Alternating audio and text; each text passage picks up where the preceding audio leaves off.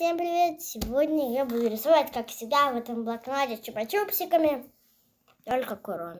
Извините меня, пожалуйста, я поменяла выбор, я буду рисовать Hello Kitty. Я поменяла свой выбор, я не хочу рисовать Hello Kitty, я нарисую корги. Вот сделала набросок, обвела, понимаю, ужасно. Но вот это стоило.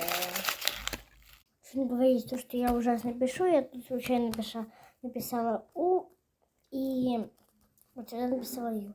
Он Плюша любит цветы. Вот такой вот он получился. В одной руке держит мячик, в другой конфет. Норм или нет?